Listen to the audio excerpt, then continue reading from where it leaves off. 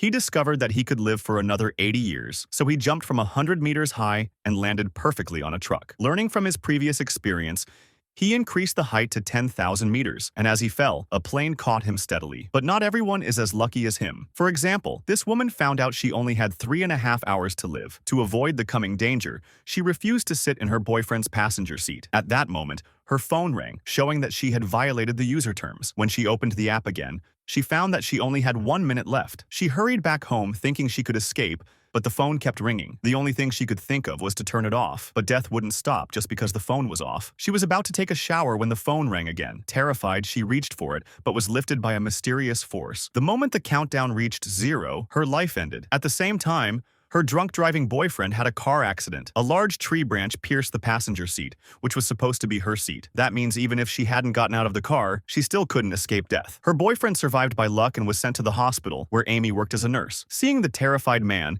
Amy went over to comfort him. He showed Amy the strange app and explained that he only had 19 hours left. If his girlfriend's death wasn't an accident, he would also die. Amy didn't believe it and just told him not to worry too much. At lunch, Amy told her colleagues about it. Curious, they all downloaded the app, and it turned out that her colleagues had lifespans of several decades, while Amy herself only had 2 days left. But she still thought it was just an app and didn't take it seriously. However, what happened next made her have to believe that the app was real. That night, the man realized he only had 3 minutes left. He knew he would die on the operating table, so he decided to avoid the surgery. The phone rang again, showing that he had violated the user terms. He put the phone back in his pocket and tried to leave the hospital, but through the hallway mirror, he saw a shadow behind him. When he turned around, there was nothing, but the next moment, the shadow shattered the mirror, frightening him into hiding in the hallway. He tried to use the doors to block the danger, but that only sped up his death. When the countdown ended, he died. The next day, the female lead learned of the man's death and felt uneasy. She secretly went to the morgue, opened his nostrils to unlock his phone,